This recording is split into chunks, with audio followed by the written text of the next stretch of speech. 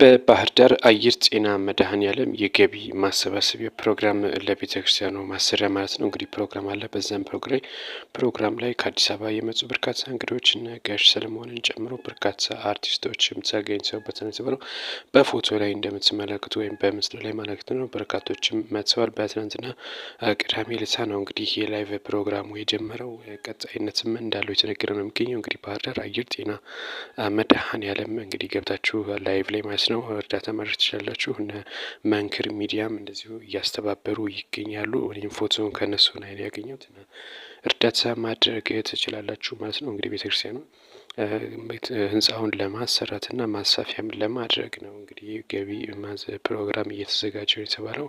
በምስሉ ላይ የምትመለከቱት እንግዲህ በርካታ እንግዶች መጥተዋል። ጋሽ ሰለሞንም እንደዚሁ ባህር ዳር ሲደርሱ አባቶችም እንደዚሁ ሽልማት እንዳበረከቱላቸው መረጃዎች ደርሰውኛል ማለት ነው። ከዚህ ጋር ተያይዞ እርዳታ ማድረግ የምትችሉ እርዳታ ማድረግ ትችላላችሁ እያልኩኝ ሌሎች መረጃ ካለ መለሳለሁ። ሰብስክራይብ እና እንደዚሁም ደግሞ ላይክ ሼር አድርጉ፣ ኮሜንት አድርጉ። መልካም ቆይታ